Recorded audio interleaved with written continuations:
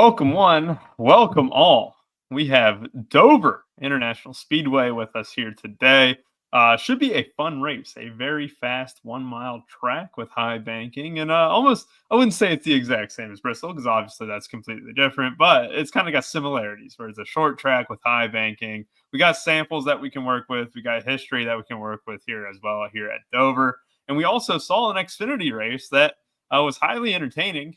We also had Martin Truex's brother winning the race for a second year in a row. Stats, how'd you do that? Or yesterday, I guess I should say, just during the day overall. And what do you expect for today?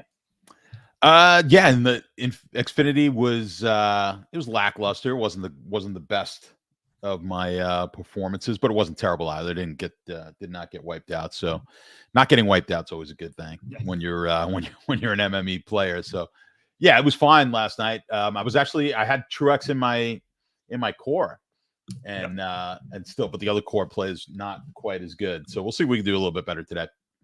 Yeah, no, I thought yesterday was fine. I thought that you also had another guy who was optimal in there too, where I think Daniel Dye ended up being the winner as well. But it was a fun slate for the reason being that it felt like you were dead with Allgaier. If you didn't have Allgaier, then Allgaier ends up crashing on the last lap, falls all the way down to 17th. Custer was the guy you had to have, and then Truex winning the race late despite not leading many laps at all. So that was the only lap he led, was that last lap. Yeah, what was that? I'm going to mess up the pronunciation, but the kid. Waffle. Yeah. He ran a great race there, getting the lead on the inside. It was tough not to root for him. Yeah, tough not to root for him there at the end. I mean, 20 years old. His dad was a racer. His dad was at the race, and I mean, it was a pretty ballsy move that he made in the restart before that. Who was it? Hill was next to him, right? And and he kind of he wrecked him. He was on the outside line and just kept them kind of pinned in down low, and was able to maintain his car without, kept his car going straight while Hill spun out. And but yeah, Truex was too much for him. This is typically a track, I guess we'll get into it obviously here today. It's typically a track where the veterans do well, and Truex, both of the Truexes have had some success here. So we'll see. We'll see what we both like on this one coming up now. Yeah, so this race, I already mentioned it, 400 laps, so 280 dominator points on the board. That is fastest laps and laps led combined there. One thing to kind of mention too, just because, it's not always the case, but yes, leading laps does correlate to fastest laps quite a bit here. So you definitely want the leader. Last year, we had this race. They did not qualify. So it was just a predetermined order. And it was also Kyle Busch who started on the front row in first. He ran 25 laps in the lead and then got a speeding penalty down pit road and ended up costing him, his whole race, basically. It's hard to move up. I mean, it's not the easiest not the easiest track to pass on at all. But Kyle Busch starting on the pole stats. This is a race where you look at the top of the board, you look at the mid-range especially. It's like this mid-range is really weak. What is a guy like Kyle Busch at 9K? And I know that we're not going to get into individual drivers and stuff, but talking about on the pole, where this is a guy we have been kind of dogging on all season for the most part. What's he got to do to be optimal at 9K today? He's going to have to lead a bunch of laps. I mean, that's it. He's going to have to lead a bunch of laps, and I mean, depending on how many he leads, and be somewhere up near the top in the top 5, I would think. So, I mean, and it's possible here. I mean, guys have led a whole lot of laps. Unless he does something like lead 100 plus laps, or maybe at a minimum 80 plus laps, he's going to have to be in the top 5 with that. So, 50 laps led with a top 5. And then on top of that, it's going to depend on what, who the other dominators are and what those prices are. So I'm not really optimistic with Kyle Busch. I think if you look at the qualifying and practice, I think you kind of have to throw it out. I think we're going to have a totally different setup for today. So I'm not real excited about some of the guys. I think that's why we've got some guys here. We've got favorites that are starting deep. It's a little unusual, and we've got a lot of high-priced guys that are starting back and guys who are favored in this race starting back. I mean, Kyle Busch has just been absolute crap for most of the year. I just can't see, we'll get into it, but yeah, I just don't see how he's going to be able to dominate with some of the other guys around him. I think it's a fairly weak front row, even though the names are pretty good. Yeah, like Blaney up there, Kyle Busch up there. This is not a race that we fully expect the Fords to come in and do well on. When you look at it, I think it's Joe Gibbs Racing and Hendricks Motorsports. What's new? I mean, really, what's new? It's been the theme all season and stuff, but it doesn't seem like these are two teams that we really want to associate ourselves with. But despite the drivers being big names, like you said, we also had the issue of the tires. They were cording yesterday during practice. However, it is going to be much warmer today. It's going to have the sun shining down on the track. We also had the rubber being laid down by the Xfinity race last night, too. When you look at the tire issues, and we had this issue on the last short track, that was Bristol, from what the drivers are saying, they're not expecting the tires to be an issue. However, last time, I think we had this conversation with Bristol. We want to stack the front of the row. And then today, we're going to be changing our tune a little bit just because all these good drivers from the back. But go ahead and give your take on what the tire situation could look like. Are you concerned about it at all? Because I know it's, obviously Bob Hockross, you have Chris Knight and all them tweeting about it. It's a little bit noteworthy. Yeah. One thing I've learned about NASCAR is even the guys in the pits and the guys in the know don't always seem to know exactly the way these races are going to turn out. So this is historically a track where the more experienced drivers have done well, and the guys who really know how to conserve tires have done well. So despite what they're saying, I'm still kind of leaning that way. I'm looking at these veterans a little bit more, and the guys who are just known for tire conservations, guys like Denny Hamlin, who's been really good at doing that. Keselowski's very good at that. I'm looking at those guys just in case, even if it's not an issue, those are going to be guys who should do really well here anyway. And but I think we have to be cognizant of it, even though they're saying it may not be a situation that we had at Bristol, which was a little bit of a mess. I still think tire conservation is going to be important. Very much so. I think tire conversation will be very important. Conservation, goodness gracious.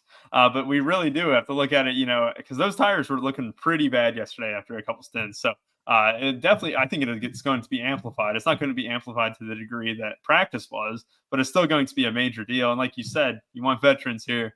We got plenty of veterans starting in the back. Let's go ahead and get these studs talking about here.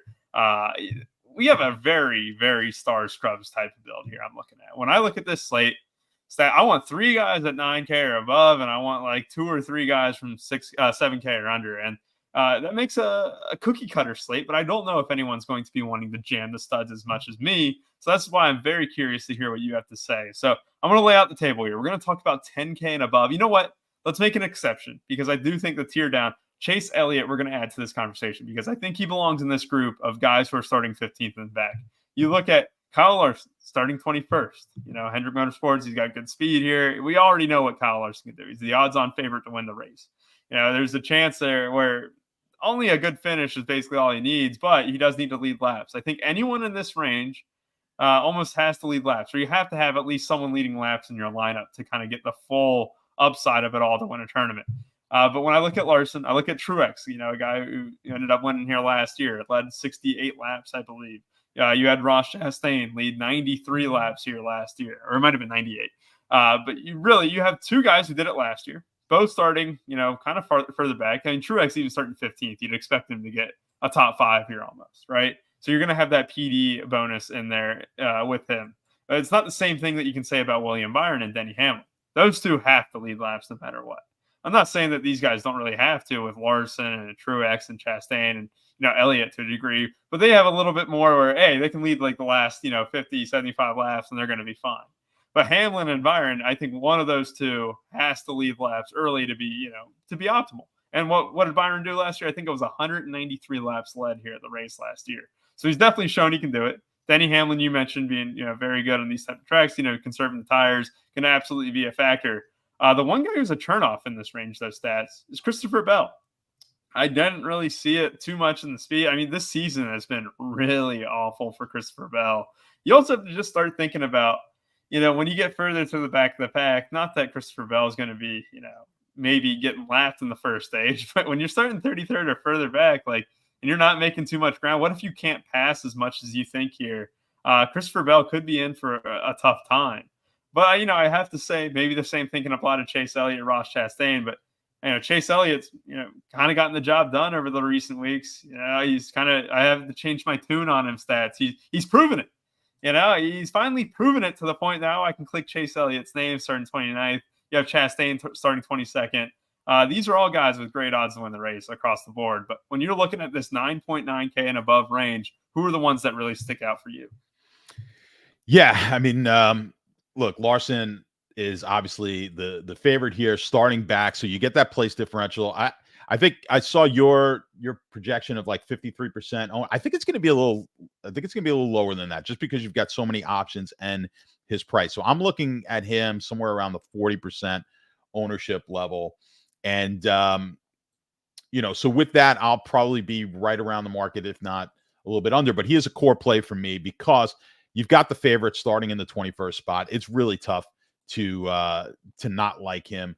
But again, it's going to depend on to me, just getting up near the front, top 5, just not going to do it. He absolutely is going to have to lead laps. He can do that. You could do that here. You could pass, right? So this is not like some of the tracks that we've been seeing earlier this year. I think he can get to the front, and you could get to the front fairly early. Now, if you look historically, though, at the those who have finished in the nut lineups, we almost always get someone who starts somewhere in the single digits starting position. Now, the one year we didn't have that, I have to go back and look. I had it up here, but the one year we didn't have that was it was Harvick led 223 laps back in 2020. So other than that, you're going to get at least one, if not two guys from the front. Now, I don't know how many times we've had a favorite like Larson who started this far back either. So we could get a situation where we don't get any of these guys up front because Larson makes a move pretty early. But my inclination here on this one is we're going to have someone in the front, up close to the front here today, who will take up and eat a bunch of these laps before Larson can get up and start dominating. So Larson, I think the obvious favorite for DFS. Then you've got Truex down at 11.3. Now, this is the guy who won last year. You talk about the guys who are experienced, who can conserve tires. I didn't mention Truex, but he is certainly in that category. He did it earlier. He did it earlier this year, right? Didn't he? He won that race earlier, right? The one at Bristol. Did he win that race? No, he came in second at Bristol, right? Yeah, that was St. Patrick's Day. So I remember. Yeah. I remember going to get beer, and I just couldn't remember who won. Yeah, he ended up getting second, and he led. Yeah, he was second at Bristol and won here last year. But I mean, his history at this track, he's got just since 2019, he's got 3 seconds and 2 first place since 2019. So he's been really, really good here. Just kind of a tricky starting spot of 15. But what we've seen historically is plenty of guys have come because the guys in this range need to dominate. Starting 15th, it's not going to be about place differential either here with Truex. It's just a matter of, does he get up front at some point and lead a bunch of laps? I think he can do that.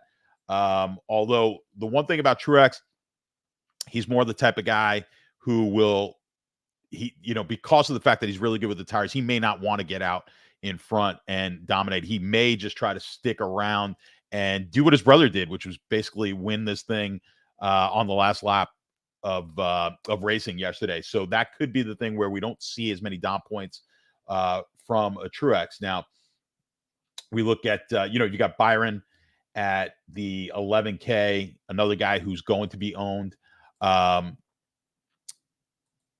Hendrick, they're the favorite here. I mean, I'm looking at Hendrick cars as far as betting options, and I'm looking a little bit further back. I put my bets out earlier, just trying to take some maybe a little bit more value on the Hendrick cars. But you got Byron starting third.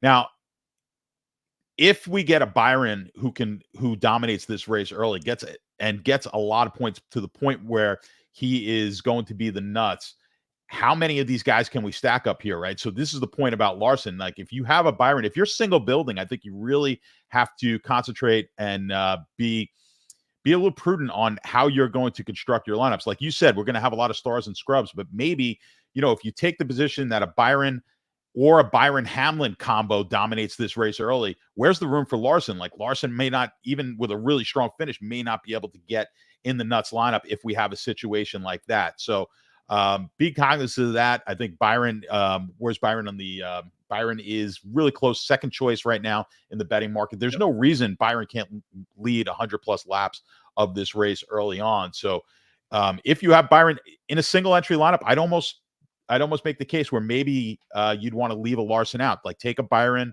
if you like Byron, or taking a Hamlin and maybe leaving Larson out and playing this a little differently than a lot of people are going to play, because I think people are just going to automatically click on Larson starting at the 21st spot. Bell, I'm not as high on. I think Bell's great in cash games. You mentioned just has not been his year. And again, I think at that price, he's going to have to dominate. And if you look at his odds to win the race, I don't know if he necessarily dominates he gets any dom points for us. So I'm perfectly fine with fading Christopher Bell. I think when you get down to Chastain, again, another guy starting 22nd, he's going to be very popular. And I do like Chastain here, but the guy I like a little bit more is Elliott. I like saving the money. I like saving that 3. I think you're going to have to save some cash here somewhere. I think Elliott is a strong play for me. I'm putting him in my cores. I think it's a great track for him. We've seen him now, even when he wasn't racing really well, this was a great track for him. So I think this is a strong spot. I like Chase Elliott in the betting markets as well. Hendrick, we know how good Hendrick is in general, really good here. So yeah, Elliott's going to be one of my stronger plays, I think, of the day. Yeah, and it's interesting what you mentioned too about going away from Larson, because Larson does need to lead laps. At the end of the day, he's 11.5. He needs lead laps. Same thing with Truex. Any of these guys that you just mentioned have to dominate in some fashion to kind of unleash their true potential. But when you play a guy like Byron and even a guy like Hamlin, both starting inside the top 10, you would almost be more inclined to go away from Larson and, like you said, go to Chase Elliott. I mean, go to Chastain, guys starting 20th and further back. Maybe Byron dominates the first half of the race. Maybe you lock into Elliott and Chastain leading the race a little bit later on. Both those guys, great odds to win. I think Chastain, as of last night, was 9-1. Chase Elliott was 14-1. Like, you can get very, set yourself up for success late in the race. And there's no reason that Byron can't drive to the front and hold it. What did he do? 193 laps last year in the lead. This has been his year too. And the same thing that can be said about Christopher Bell, where we're not high on Christopher Bell. That's clear. I don't think neither of us really like him. But if you're playing, one, maybe even 2 guys inside the top 10, I'd be more inclined to click Christopher Bell's name than Kyle Larson, because in that scenario, I'm getting 12 extra PD points, and that could end up mattering a little bit if I had the salary. The problem does arise, though, is that when I do go with Byron and then maybe I go with a Chastain or an Elliott stats, I'm starting to look at my team and I'm like, God, the mid-range is non-existent and almost forces you to go at least one of the mid-range, even 2 of the mid-range. And this is where the slate gets interesting, because we like all these studs. And I think you talk about it perfectly, where Larson, you have to consider the fade. He's the odds-on favorite. He's got good PD. That's what's going to make him project really well. He's going to project better than Byron just because he is a higher favorite. It's no guarantee that Byron's going to get to the lead starting third. It's hard to inflate his projection for that too much. So, at the end of the day, Larson's going to project better, but there's no reason that their upside is even remotely different. Their upside is the exact same thing across the board. So now I want to dive in underneath this range, because you talked about it. We had 1, 2, 3, 4, 5 guys in that range who all have PD upside, but all have, dominator upside. Now we get into a range where it's Blaney, it's Bowman, it's Kyle Busch. I'm going to throw in Logano in there. I want to talk about these 4, Logano, Busch, Bowman, and Blaney. And when you look at them, they're all starting inside the top 13. This is where the range gets tough. We talked about Kyle Busch. This is a guy starting on the pole. He said it in his when he's talking to the media. Today's going to look entirely different than it was yesterday, right? Today's going to look completely different. However, a poll can't really ignore it, right? I want to ignore it. I think we've both been low on him all season, but at the same time, God, it wouldn't surprise us if he just leads 60 laps in this next gen car, and all of a sudden, he gets a 7th place finish, and it's just enough. 65 fantasy points. There's only 2 or 3 leaders in the race, and Kyle Busch barely scrapes in. He scrapes in to where you save that 900 off Chase Elliott, or that 1,200 off Ross Chastain. There's pathways for Kyle Busch to get there. When I look at Bowman, I don't really see a pathway for him to get there. When I look at Blaney, I see the same thing as Kyle Busch. Can you get the lead early? How much can you stick in that lead? And can you get a top 10 finish on top of that? But Logano and Bowman, I think, are cross-offs for me on this race. I don't know. What do you think, Stats? So, yeah, let me start with Busch, because starting at the pole. Again, I think the practice, if people are looking at practice, and this goes for Blaney as well, you got to kind of have to toss it out. This is why we've got guys starting in kind of weird spots here. Some of the faster cars are back. This is going to be a totally different track than where they practice and qualified. So I think this Busch, I mean, with RCR, I've just seen nothing. This is not a track where necessarily just getting out front, it guarantees that you are going to lead a bunch of laps. Better cars will pass you up. And even if he's out in some clean air. So if he gets good start, I think eventually these guys run him down in the better in the better equipment. And you just can't like what you've seen from Kyle Busch. Blaney as well. Penske don't like him at this track. Again, I just don't think in the long run, even if he gets out early here, he dominates enough, and I don't think he finishes high enough. So I'm really not too fond of either of those guys, and I'll throw Logano in there as well in the Penske. So don't like that. Now I'm a little bit higher on Bowman. I think Bowman can win this race. Bowman has had some success here. Again, it's Hendrick. I think Bowman can win this race, and I do think Bowman has a shot at this price. Now, for DFS, you can't get too crazy here because of the starting position of 9th and 9,300, the price. But I think in the betting markets, I like Bowman a lot more than I do necessarily in DFS. I think Bowman has a shot to win this race. And like I said, I'm looking at these guys for Hendrick that I'm getting a little bit better price on. And to me, I think Bowman, this is a good track for him. I'm going to take a shot in the betting markets more so than in DFS, but he will be in play for me in DFS. I think there's potential that he dominates a bunch of laps here for us. All right, perfect. 5-Star Logistics, LLC. Busch started on the pole last year and finished deep in the pack. For what it's worth, that's actually, he makes a good point. Busch has had, I think, 3 or 4 poles here, and he has not finished well in any of them. So, and last year, and this is a Kyle Busch staple at this point, it's speeding penalties down pit road, competition caution 25 laps in, speeds on pit road, never got back into the race. That's the risk you always run, though, with Kyle. But I want to say, like, just blindly thinking stats, because I don't have the data to prove it, Kyle Busch leads the Cup Series in speeding penalties. It just feels like he gets one every week at the very least. But yes, Kyle Busch did start on the pole last year, ended up not finishing too well. But at the same time, he did lead all 25 laps before the competition caution. That's where this double-edged sword comes in, where if you told me Kyle Busch led 60 laps today, I would very, very much consider him to maybe be optimal. But the problem is you can't guarantee that at all, especially with all these great cars coming behind. And if you get an early caution, I think, that would ruin your day. You'd want this race to run clean through stage 1 that for Kyle Busch to have the best chance of being optimal. I don't hate it, though. I'm not warming up to it in any way, because all those plays above him are way safer and all have just as good of upside. So it's tough, but I don't hate it if you're thinking about, let's say you're doing a 20 entry max. You're like, oh, I'll throw him in 1 or 2. I think that's fine. I wouldn't go overboard with it by any means. I think the poll has gone very overowned every race, it seems, this year.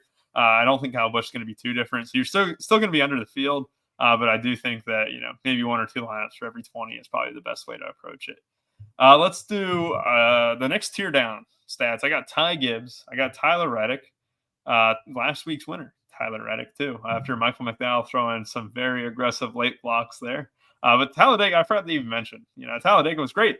We had a lot of winners in the Discord here. Code RPS15, 15% off your first payment here at Run Pure Sports. It's not just NASCAR. It's not just basketball. It's every sport from MLB to NFL. And that starts here after the NFL draft. We're just a few months away from NFL action now. We got NFL best ball content coming soon in mid-May.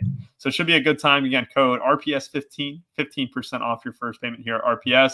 We're going to stretch this down to 7.1K to 8.5K. So this is giving us 7 drivers here with Gibbs, Reddick, Buescher, Keselowski, who I know you like, Bubba Wallace, Josh Berry, and Chase Briscoe. These are, 7 solid options, but at the same time, the mid-range is really weak. And why is that? Well, all these guys start 24th or better. Keselowski is going to be the one who kind of jumps off the page a little bit because, like you said, he's a veteran. He can conserve his tires. He can do a good job, maybe finish in the top half of the race. Ty Gibbs, we saw what he did in Bristol. That was very impressive what he did in Bristol. We know what Joe Gibbs Racing can do.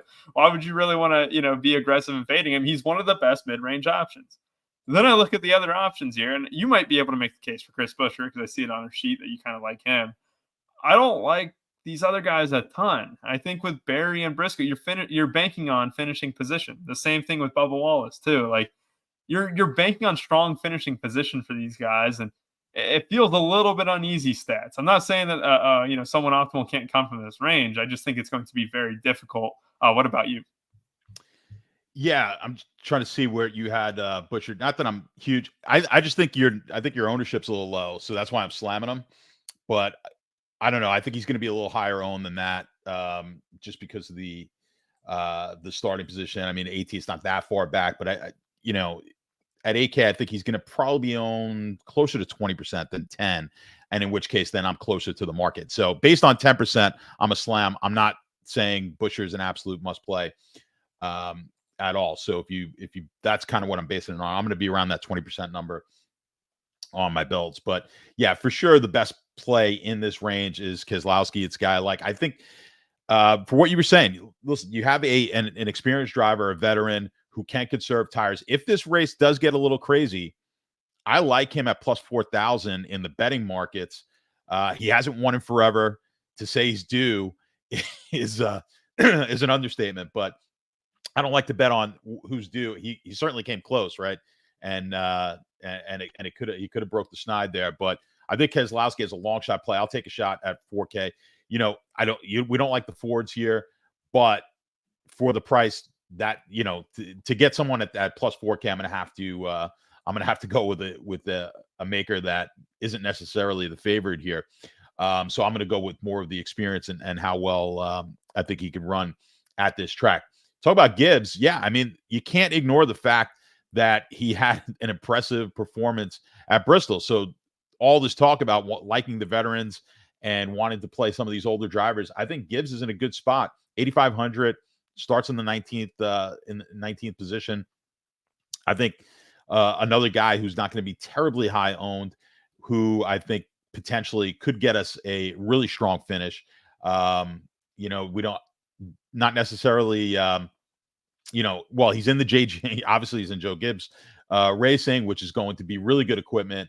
Yeah, I could totally see a Gibbs play. People seem to love playing Gibbs, so I don't know if his ownership gets a little higher than it normally would be. But yeah, I'm a fan of Gibbs here this week. I think probably in the 25% ish range. I think Reddick starting fourth. I'd be very surprised if Reddick comes out and leads enough laps here to be in the optimal. So I could get on board a fade of Reddick. Bubba Wallace, it's a GPP play for sure. We're in that range where a lot of these guys are going to be in the teens, I think, as far as ownership. Bubba Wallace is probably in that position as well. He should have decent speed, I think. And I think starting 16th, again, we've got some better place differential plays. I don't think he dominates, but it's going to take from that position, considering the guys that we are thinking are going to be the dominators. It's going to take a pretty strong finish, I think, for Bubba Wallace to be in there. Both Barry and Briscoe, I just think start way too high for me. Barry starting 12th, Briscoe starting 7th. I think you could pretty much fade the both of those plays. And yeah, like I said, with Buescher, again, he's in a Ford, but he's done well here in the next gen cars. So I think you can't overlook it. Starting 18th, I'm perfectly fine with Buescher. So in that range, it's really Keselowski, Buescher, and Gibbs for me, and not too high on the other guys. Yeah, no, very much. I think we're kind of in line there too. I think Buescher, he did great here. Just at Bristol, when you're just looking at sample races, right? A top 10 finish there, and just conserving tires, basically doing all you can to, kind of run well. And again, I don't want to just use it as like the rule book or like the Bible or whatever, just like, oh, look at what they did in Bristol. That's what they're going to do here. But it's a great baseline. And we know what Ty Gibbs was doing in Bristol too before I think one of his tires went down. Everyone's tires went down that race, but we know what Gibbs was doing too. It's like you have guys who have had success on these short tracks. I think Reddick, I probably have his ownership just probably a tad high just because, coming off the win. Obviously that helps, ownership, it definitely increases him a little bit, but Starting in the top 5 on a weak top 5, I think a lot of people might try and chase a leader in the top 5. And, if it's not Byron, they're going to try and chase with someone else maybe. So, but yeah, Busher, good point there. Keselowski, same thing. I mean, Josh Berry and Briscoe, both have actually done pretty well in the short tracks. I don't want to hate on them at all, but you're banking on a very high finishing position for one of those two. And it's not comfortable. It's not something that you do in a single entry lineup, I don't think. And it's not something that I'm dying to do either. Stewart Haas Racing, if I really want exposure to it, we'll scroll all the way down. We'll find Ryan Preece, 6,400 starting 28th. Like, a guy who's decent on short tracks. I know it's, I prefer him on these flatter surfaces than these, high banking ones, but you can definitely get exposure to Stewart Haas Racing a little bit lower. So let's go ahead and just dive into that 6K range now. So you look at it here. We have Gragson starting 5th. It's going to be a very, very tough click. You have Daniel Suarez starting 31st, who I actually quite like as well. You got Ryan Preece 28th, Jimmy Johnson 27th, John Hunter Nemechek starting 34th, and let's throw in Carson Hocevar there starting 20th. You have some talent down here. What do you look at this? What are you looking at in this range here? I mean, to me, it's Suarez, Nemechek. I see that you like Jimmy Johnson too, and even Ryan Preece. So I kind of have slight interest in. But what do you think about this one? Yeah, so in this range, the guys who are going to be the highest owned by far, it's going to be Suarez and it's going to be Nemechek, and they're going to be really good cash plays for sure, just because of the place differential. You're getting them at a fairly cheap price. But I can make the case in GPPs for both of them really not being able to make it. I mean, again, practice didn't mean much, but Suarez wasn't very good. I wouldn't hold that against them. But the fact that his ownership is going to be so high, I think Suarez becomes an intriguing type of fade. I think he's going to be one of the highest owned guys on the slate. And if we're looking to get different somewhere, I think fading Suarez could easily be where we differentiate ourselves from the pack. Nemechek as well. Again, great cash play, but he's been getting himself in a lot of wrecks lately, finding himself crash. So again, starting 34th, I get it. A lot of place differential upside here at 6,100, but a little too chalky for my liking. Obviously, in MME, I'm going to have a bunch of both of these guys, but I think if you're single building, I would kind of look to maybe fade both of these guys, especially if I'm going chalky at the top. If I'm going to be in on some of these guys like Larson and Bell but whoever the guys are at the top that you're going to be pretty chalky on, maybe look for some of the other, play this a little bit differently, or don't play it as a stars and scrubs type of lineup. Look to the mid and hope that maybe we get someone a little cheaper. I mean, I don't really love the Busch play or the Blaney play, but or Reddick, which obviously why these guys are all low owned. But if you take one of these guys and you take a shot where they're going to be the ones who lead early on, maybe you could give yourself a totally different build. If you're building 20 lineups for sure, maybe go with a lineup that way, and then you'll be able to maybe stay off of a Nemechek or a Suarez. As far as the other guys go in this range, there's really not a lot. Gragson starting 5th, you just can't. I can't get on board there. He's going to have to dominate some part of this race. I don't see that happening. Dylan, I don't like at all. The McDowell again starts way too high in the 8th spot. I think Stenhouse has a little bit of interest in GPPs. I think you could play a little bit of Stenhouse. He's not going to be high owned. You can take a shot in the 17th spot. Just let me look at the Stenhouse history here. I mean, his history at this trade, he did have a second back in 2022. It's hit or miss. It's typical Stenhouse. It's kind of hit or miss on how he plays. So I could get behind a GPP play on Stenhouse at really super low ownership. The other guy that's I think really intriguing here, though, is a guy who's had a ton of success in the past, but does he have any success today? And that's Jimmy Johnson down at this level. So at 6,200, I'm taking a shot. I'm actually going to be over. I'll definitely be over the market on Jimmy Johnson. Again, I'm going to play into that whole veteran thing. Now, he's been god awful. It's tough. No one's going to play him just because of how bad he's been. I'm just going to take a shot that today is a day. Jimmy Johnson starting 27th just shows us a little bit of something. If it's a shit show of a race and Jimmy Johnson is able to somehow get himself in a decent spot, a decent finishing spot. He's got obviously all the experience in the world, one of the best drivers of all time. So I'm going to take a shot and just be over the market. And I think if you want to take a shot here in a 3 or 20 max built with like one Jimmy Johnson in your mix, I could get on board with that. As far as I'm not too high here on Hocevar, and I kind of left I think Priest. He's in play. He's in my MME mix, but not someone I'm terribly high on either.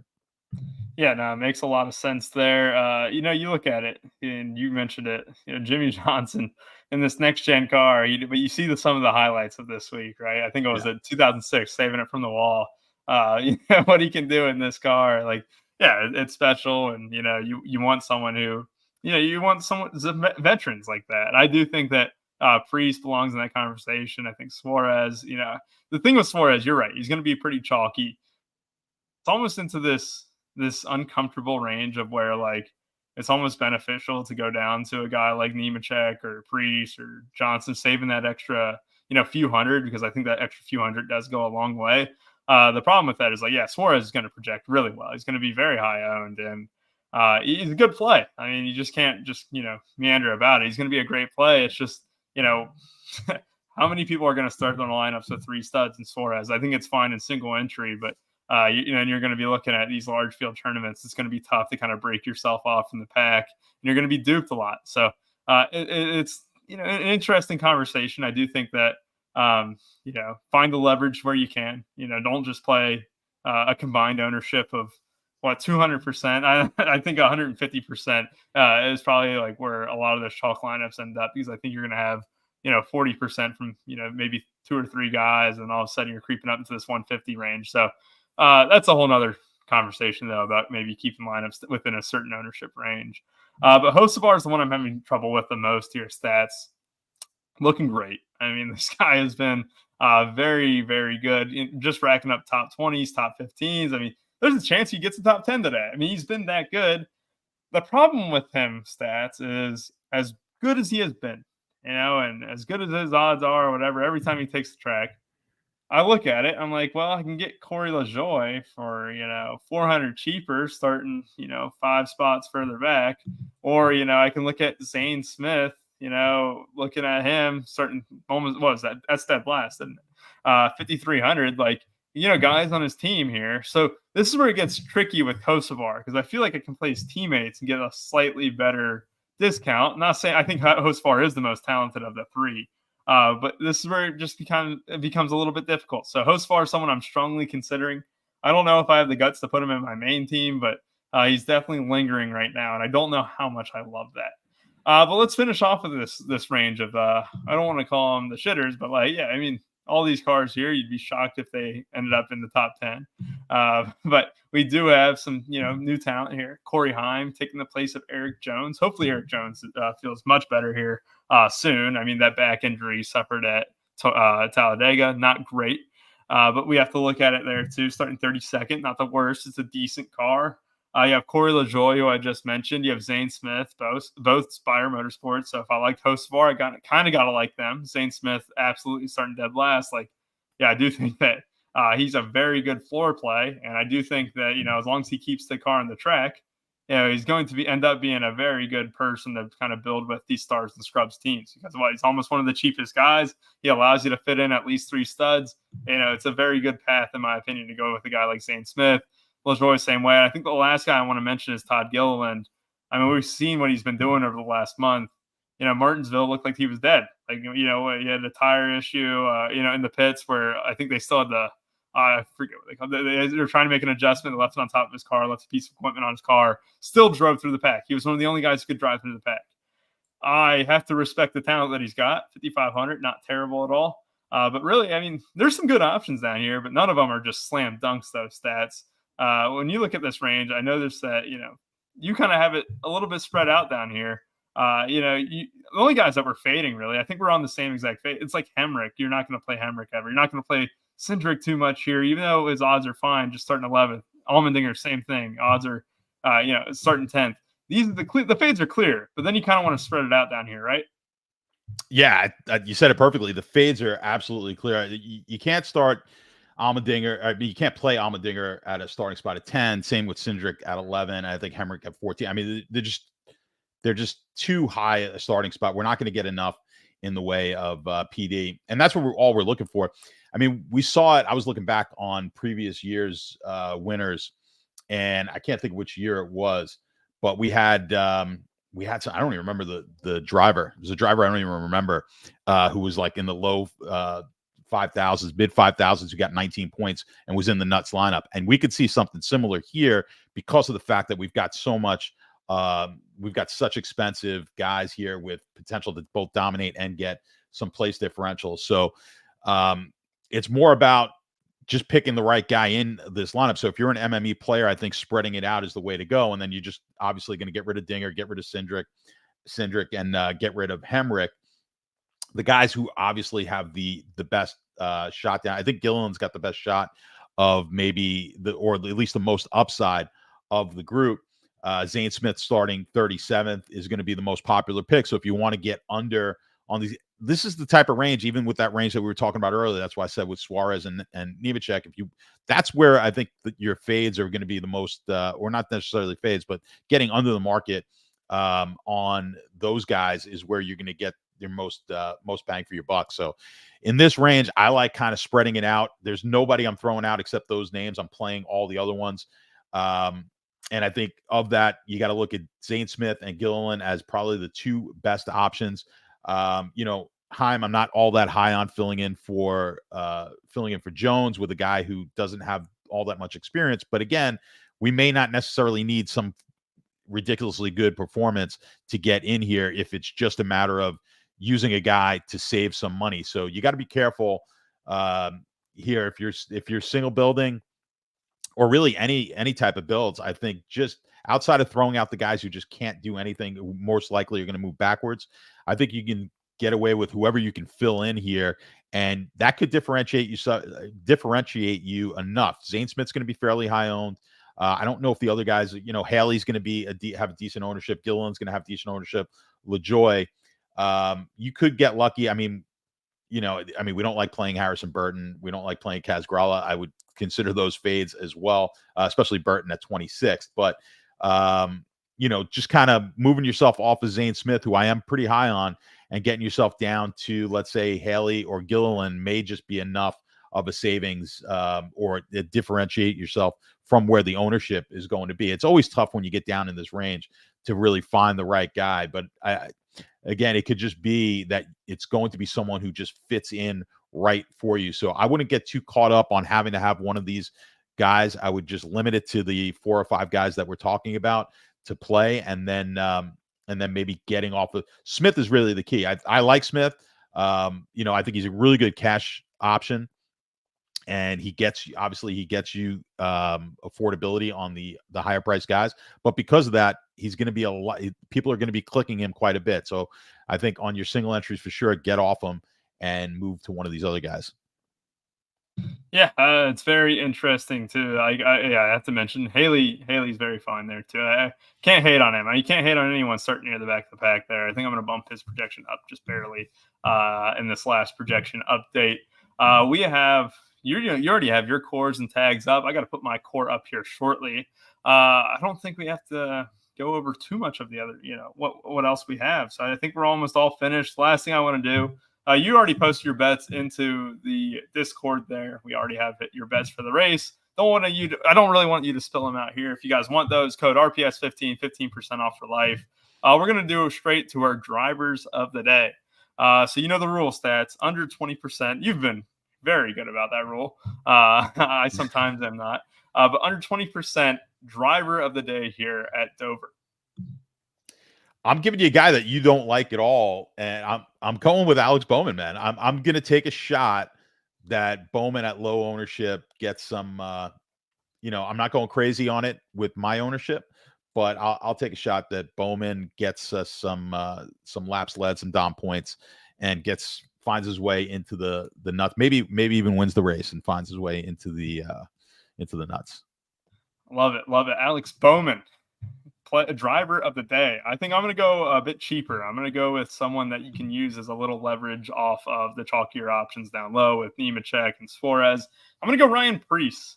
Starting 28th, Stewart-Haas Racing clearly has a little bit more speed than I think they've completely shown. So, like, you look at a guy like Briscoe, you look at a guy like Barry, both starting inside the top 12.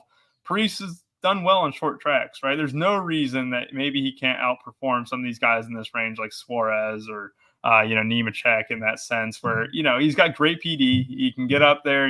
A score of 34 could be enough, right? 34 could absolutely be optimal in this range. So Ryan Preece, the guy that I like. Should be a fun time ahead of us. Again, code RPS15, 15% off your first payment here at Run Pure Sports, not just for our racing only package, but for every sport possible as well. So again, thank you all for joining us. I appreciate you guys watching. If we don't win 100K today, then we hope it's one of y'all. If not, we'll be fine with a 3-way chop with Stats, I, and whoever else wants to join it. Have a great rest of your day, and goodbye.